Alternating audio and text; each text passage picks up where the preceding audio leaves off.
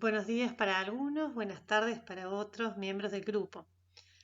Iniciamos esta presentación para conocernos y a los fines de trabajar un poco con algunos de los conceptos principales introductorios a la materia y algunas aclaraciones para esta cursada especial en modalidad virtual. Como ya saben, soy la profesora María José Ferrero y elegí esta portada apelando un poco al humor, al sentido del humor como uno de los componentes básicos del bienestar emocional. Así que arrancamos esta etapa. Como estudiantes de psicología, imagino que no los puedo ver, pero un poco los imagino en el aula 5, donde nos vamos a encontrar, esperemos en breve, ansiosos por comenzar. Bueno, bienvenidos a la materia y bienvenidos a la facultad.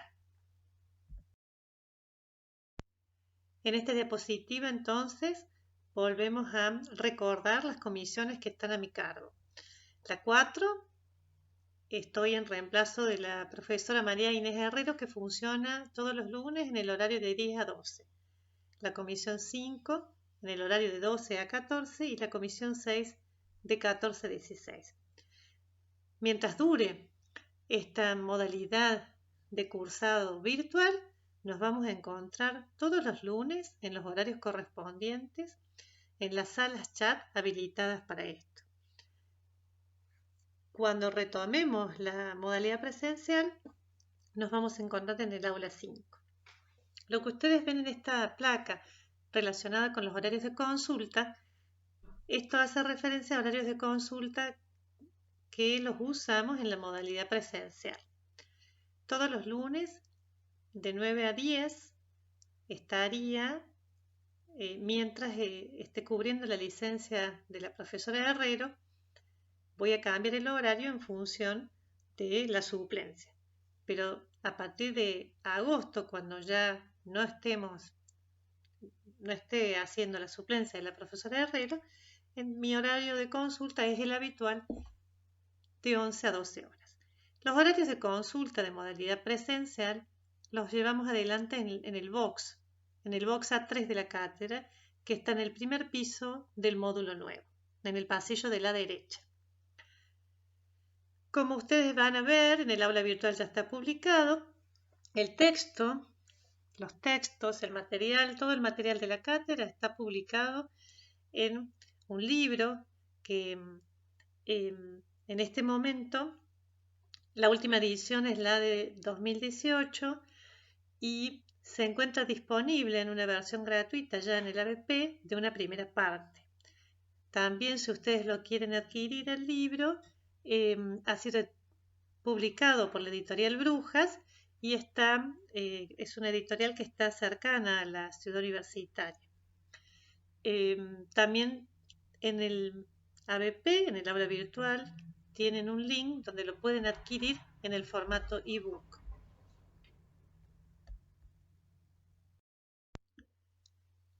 Respecto a las vías de comunicación, es importante aclarar que vamos a tener dos vías de comunicación.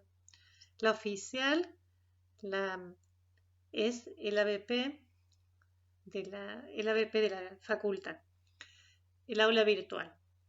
Pero teniendo en cuenta que posiblemente en función de la gran demanda, esta vía de comunicación se puede saturar o se puede estar desbordada por la cantidad de demanda, también vamos a tener un grupo de Facebook como vía de comunicación alternativa frente a alguna situación, como decimos, de donde colapse el aula virtual. El aula virtual ustedes ya van a ver que está organizada con información general respecto a el programa de la materia, el cronograma de clases, los requisitos y las condiciones. En ese programa, en el programa ustedes van a poder leer todas las condiciones de los alumnos, digamos, ¿no?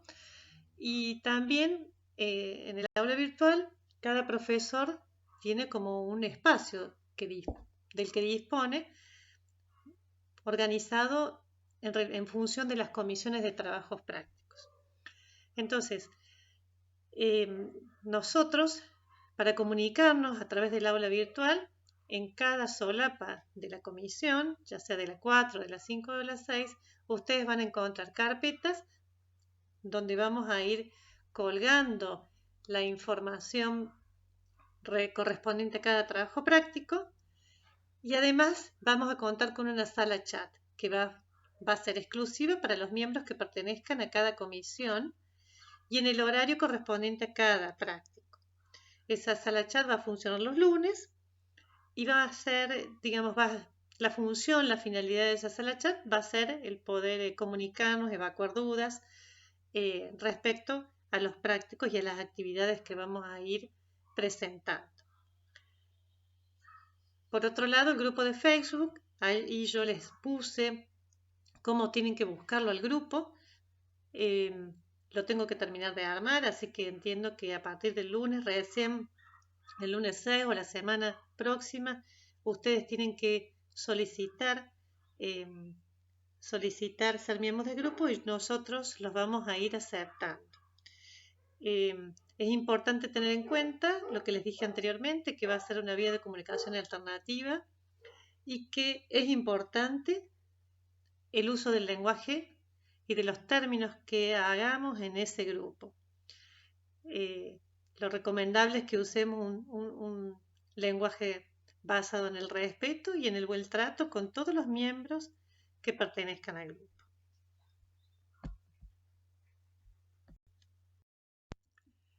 En relación a las condiciones de cursado, tendrán ustedes que remitirse a lo que está colgado ya en el ABP, en el programa de la cátedra. Ustedes ahí tienen todas las condiciones de cursado. Léanlo atentamente. Allí están las condiciones que tienen que reunir los alumnos promocionales, los alumnos regulares y los alumnos también libres que forman parte del universo y el colectivo de la materia. Lean atentamente estas condiciones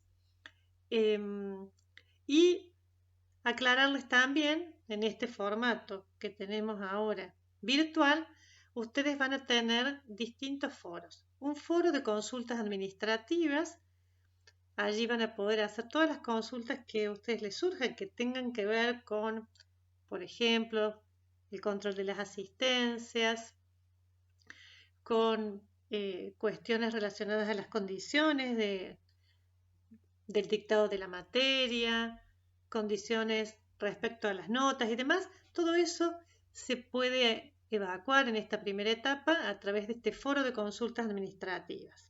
En esta primera etapa y también la presencial.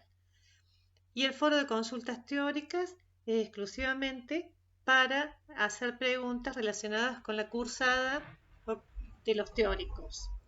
Allí también podrán hacer preguntas a las profesoras encargadas de dictar los teóricos, que son dos, como ustedes pueden ver. En el turno mañana, la doctora Ana Faz es la encargada de los teóricos y en el turno tarde, la magíster profesora Carmen Figueroa son quienes están a cargo de los teóricos y se van a dar en las salas chats de clases teóricas. Allí no hay restricciones de acceso. Todos los miembros de la cátedra, todos los alumnos y estudiantes de la cátedra pueden acceder, que estén por supuesto inscriptos. Entonces, los teóricos tienen su sala chat y los prácticos sus salas chat en los horarios correspondientes. Algo importante que no quiero dejar de decirles es que es muy importante que ustedes puedan asistir a los teóricos, ahora en el formato virtual, luego en el formato presencial. ¿Por qué digo esto? Porque lo que damos en los prácticos es una parte del programa. Solo algunos temas del programa se dictan en los prácticos. Solo 5 temas. El resto de los temas del programa son desarrollados en los teóricos.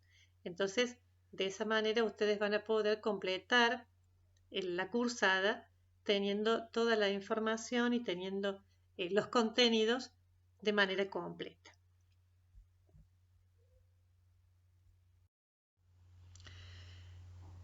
La materia está organizada en función de 5 trabajos prácticos a lo largo del año.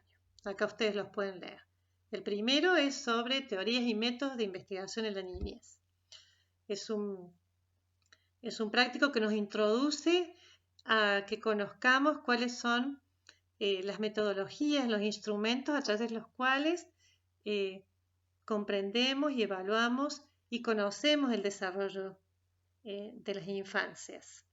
Los distintos medios que tenemos para poder investigar y conocer y aprender sobre este tema. El segundo práctico, a mi criterio, es uno de los prácticos más importantes que tiene la materia, porque en este práctico vamos a trabajar sobre la construcción y evolución de los primeros vínculos, que en resumidas cuentas tiene que ver principalmente con la teoría del apego. Entonces, en el recorrido que hacemos en este segundo trabajo práctico, vamos a atender a todas las transformaciones y cambios que se producen en el niño desde la concepción, desde lo prenatal hasta los durante todos los 2 primeros años de vida, o sea, hasta los 2 años de vida, hasta los 24 meses. Entonces, los cambios fundamentales del niño se dan durante esta etapa. Y bueno, por eso es un práctico que requiere de mucha lectura y hay mucho material para que podamos trabajar. En el tercer práctico nos aproximamos a una realidad muy importante que tiene que ver con el desarrollo de esta función tan importante para los psicólogos y para las personas en general, que tiene que ver con el lenguaje, con la comunicación. No solo entendido al lenguaje como la capacidad expresiva, sino como el lenguaje como instrumento regulador de nuestra conducta. Y en este sentido lo vemos al lenguaje desde un paradigma muy diferente y ponemos mucha atención en este práctico en el papel que tiene el contexto a la hora de promover el lenguaje en el desarrollo del niño. Y finalmente, los 2 últimos prácticos se enfocan en 2 aspectos muy importantes, 2 que tienen relacionados y digamos que son como ejes principales en el desarrollo del niño, que es todo lo que tiene que ver con su repertorio lúdico, con el juego, la importancia que tiene el juego en el desarrollo infantil como promotor de distintas funciones, y además también veremos cómo el juego tiene un valor también terapéutico y tiene un valor que hace a la estimulación y a todo lo que tiene que ver a fomentar y a promover la capacidad expresiva, creativa, cognitiva, emocional y social del niño. Y finalmente entonces terminamos con el último práctico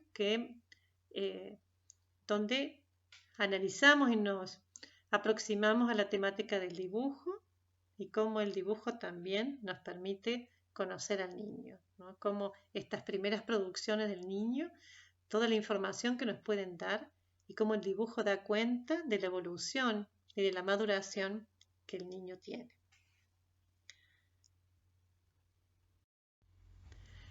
En esta diapositiva ustedes van a ver todo el cronograma de trabajos prácticos.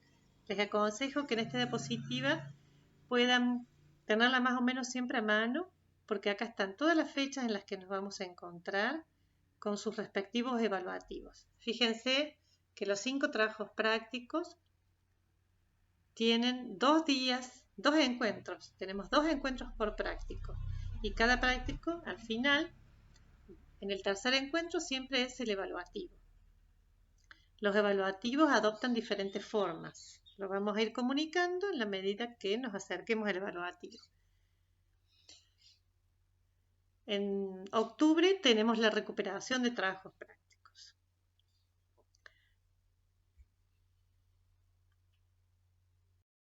Acá algunas aclaraciones respecto a las evaluaciones. Hay dos tipos de evaluaciones, las evaluaciones parciales y las evaluaciones de trabajos prácticos. Evaluaciones parciales tenemos dos durante el año. Son evaluaciones múltiple opción que todas se toman a través de ABP en las aulas del rectorado, son presenciales. Las fechas son el 1 de julio, en ese primer parcial, esto se lo van a aclarar mejor en las clases teóricas, pero entran la unidad 1, 2 y 3 del libro. Y el segundo parcial, que es en octubre, entran la unidad 4 y la unidad 5. El recuperatorio parcial es el 2 de noviembre. Los trabajos prácticos, como ya vimos en la diapositiva anterior, son 5 evaluativos. En las primeras instancias de evaluaciones y más en la modalidad virtual van a ser de opción múltiple y por ABP. Después, en función de cómo vayamos volviendo a la cursada presencial, los evaluativos pueden adoptar otras modalidades como trabajos de campo, trabajos en grupo, presentaciones orales y demás. Los trabajos prácticos no se promedian con los parciales, son notas independientes. Por lo tanto, hay turnos de recuperatorio para parcial y turnos de recuperatorio para trabajos prácticos. Eso lo van a leer, como les repito, en el programa de la materia.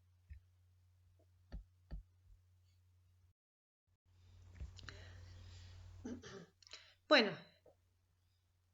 pasando un poco ahora a los objetivos que tenemos en general en la materia, ustedes podrán leer aquí que hay 3 objetivos generales, ¿no? Introducir, que ustedes puedan introducirse, aproximarse, conocer y comprender los conceptos básicos de la psicología evolutiva, analizando los cambios, las transformaciones que ocurren desde el nacimiento hasta la pubertad. Por otro lado, analizar estas conceptualizaciones, estos aportes desde las diferentes teorías y marcos teóricos que han aportado el conocimiento de esta etapa, desde las teorías más clásicas, que algunas siguen vigentes por los aportes que significan, y otras mucho más contemporáneas de este último tiempo. Y finalmente relacionar todos estos avances teóricos con hallazgos empíricos, con evidencias empíricas que permiten y que dan cuenta de la comprensión del desarrollo del niño.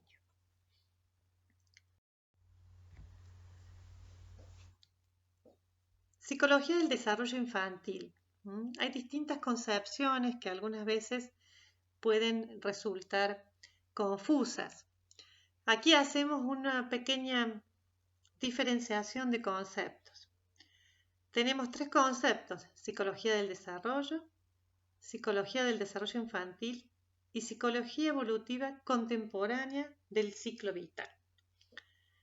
Cuando hablamos de psicología del desarrollo, entendemos o estamos haciendo referencia al estudio de la persona en todas sus dimensiones. Las dimensiones sociales, emocionales, cognitivas, espirituales, desde que nace hasta la muerte. Cómo esa persona deviene en humano. A eso se refiere la psicología del desarrollo.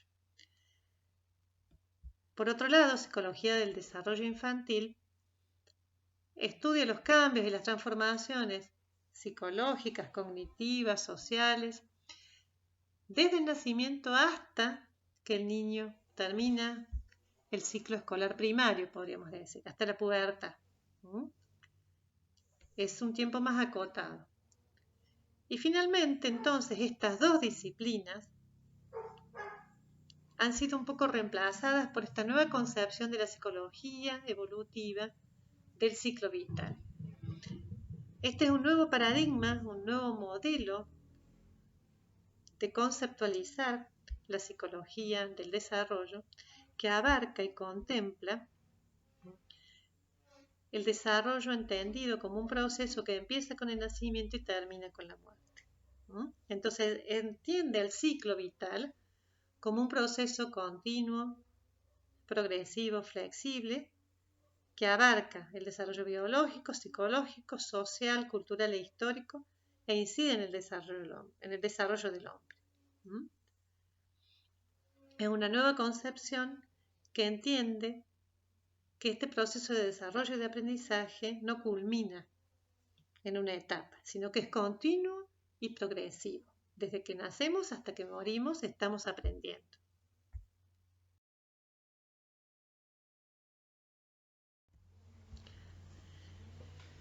Aquí tenemos 4 conceptos que también suelen dar lugar a confusiones y a tomarse como sinónimos. Y lejos están de ser sinónimos.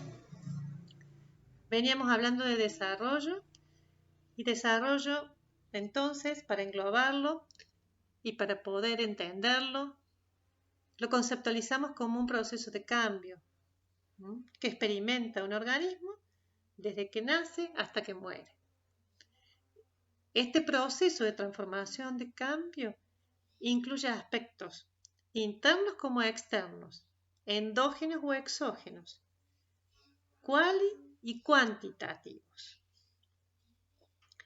Desarrollo, entonces, implica un proceso de cambio y transformación desde el nacimiento hasta la muerte. Por otro lado, maduración está más relacionada con los aspectos que se heredan, con lo innato y con la edad. Supone cambios más cualitativos la maduración. Tiene que ver con la evolución interna del organismo. Entonces, supone cambios cualitativos relativamente autónomos en la organización anatómica y fisiológica, que inciden en las acciones y en las reacciones de las personas, estos cambios cualitativos necesarios para el proceso de aprendizaje, como vamos a ver luego. Crecimiento se opone un poco a maduración porque crecimiento supone cambios más cuantitativos, factibles de ser medidos, tangibles. Pensemos en el crecimiento del cuerpo, de la masa muscular, pensemos en el aumento de peso. Son todas cuestiones más vinculadas al crecimiento y con cambios cuantitativos. Y finalmente, aprendizaje. El aprendizaje supone cambios duraderos en el comportamiento de una persona como resultado de la experiencia y su contacto, su relación con el contexto, con el medio donde esa experiencia se presenta. En este sentido, entonces, puede verse que crecimiento, maduración y aprendizaje son procesos indivisibles, que se relacionan, se influyen mutuamente y de esta manera, digamos, dan respuesta a lo que es el concepto de desarrollo. Para amenizar un poco esta presentación y que no se vuelva tan formal y académica, observemos un poco estas imágenes que nos van introduciendo en las infancias de hoy, en el contexto actual que nos encuentra, para poder acompañar estos procesos de desarrollo de los niños que hoy habitan este planeta y este mundo y nuestro contexto particular. En estas imágenes podemos ver, aproximarnos a lo que es la concepción de infancias en este momento vinculada a los procesos sociohistóricos y los contextos de desarrollo. Lejos está la definición y las representaciones que teníamos sobre infancia en la edad moderna, en el siglo pasado, donde la infancia estaba atravesada por representaciones que tenían que ver con el niño dócil, pasivo, receptivo, obediente, inocente, dócil. Actualmente, en el siglo XXI, las características socioeconómicas del capitalismo, el neoliberalismo, imponen nuevas claves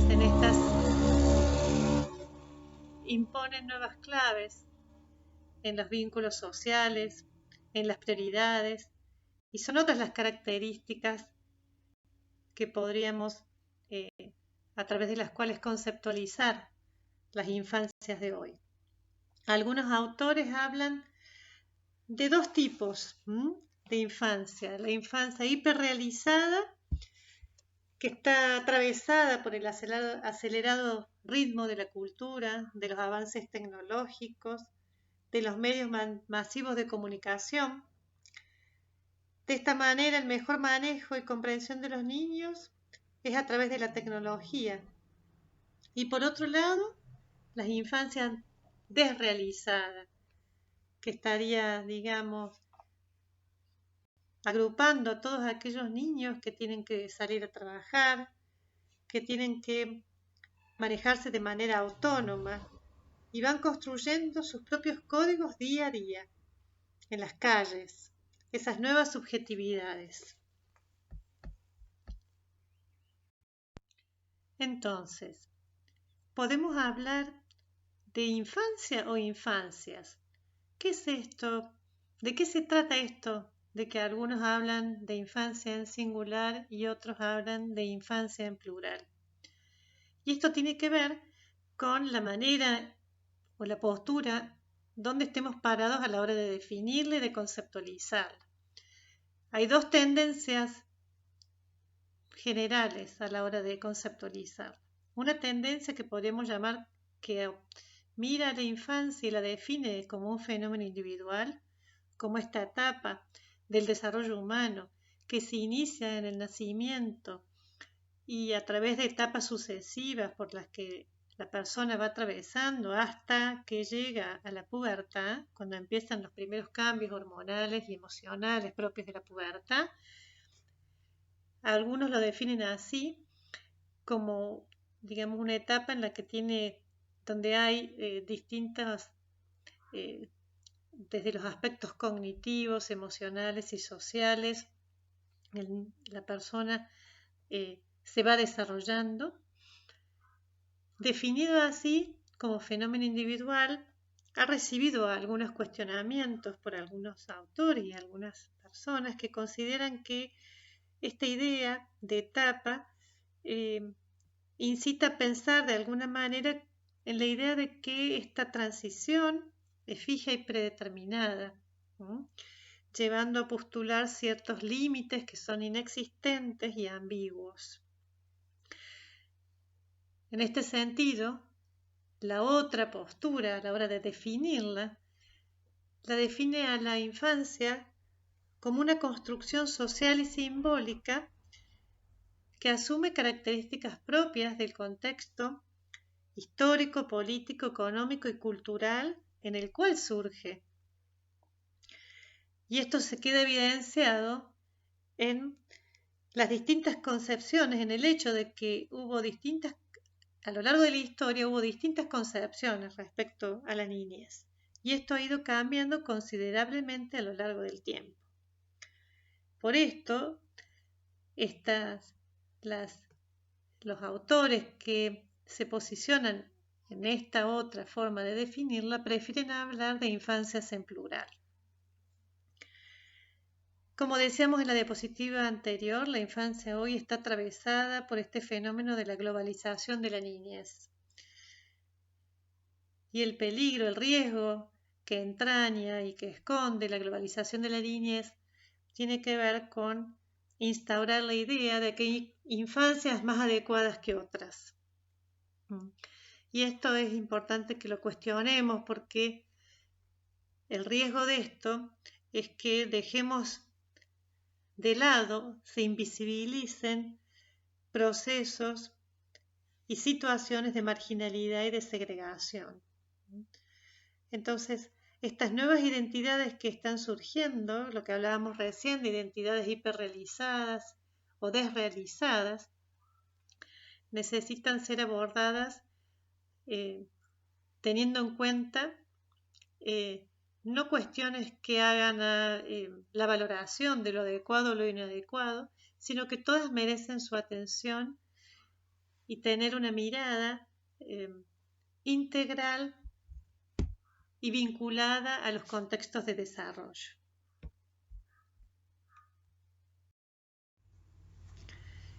Y finalmente, ya vamos llegando al final, tenemos que decir entonces que hubo digamos, si analizamos esta cuestión de las conceptualizaciones de la infancia, nos encontramos con los paradigmas de la infancia. Y estos paradigmas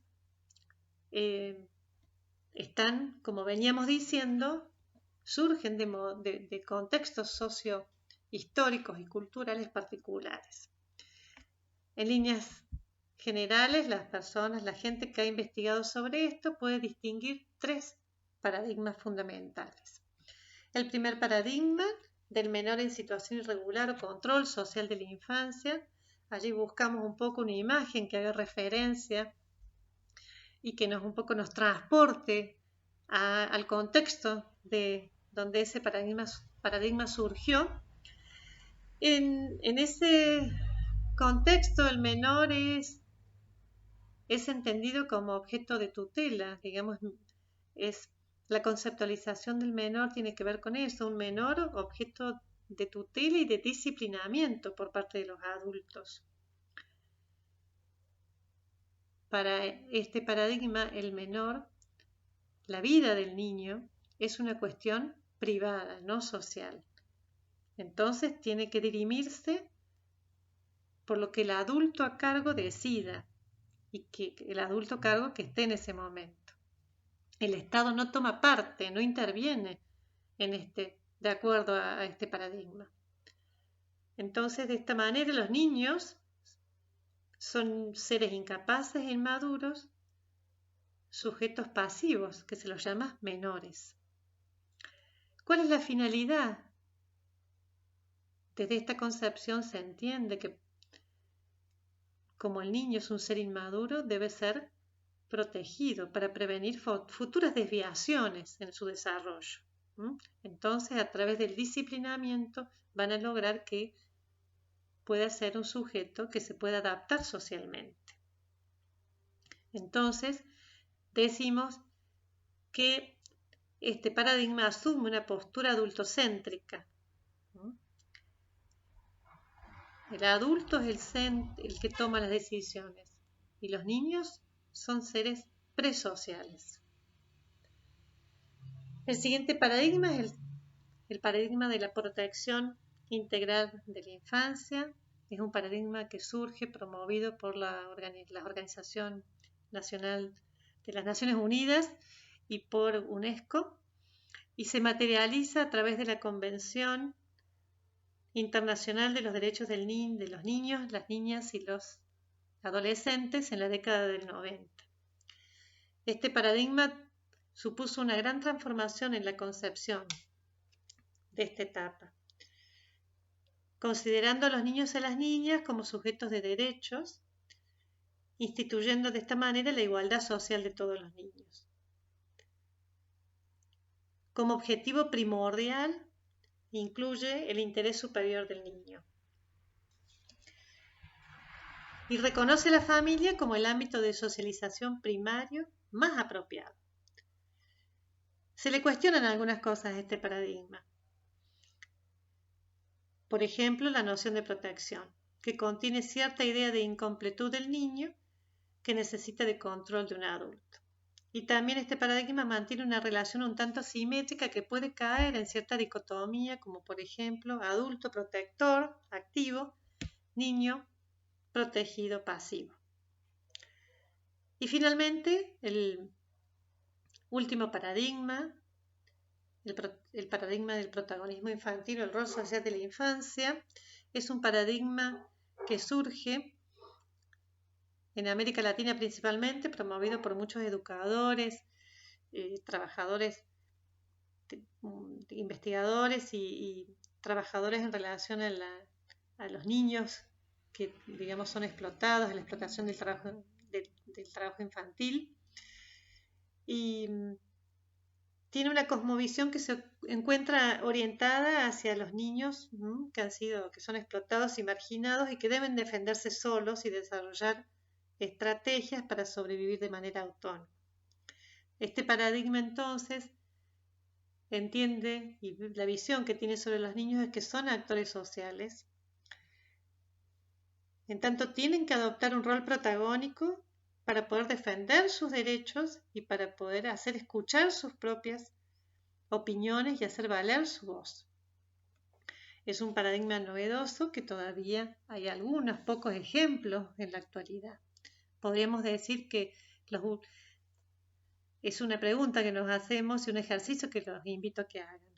¿Cuántos de estos paradigmas en algunas situaciones todavía están vigentes? De los más antiguos todavía están vigentes en algunas concepciones y en algunas modalidades de intervención, y otros que están asomando y que podemos decir conviven simultáneamente, como son los últimos dos paradigmas.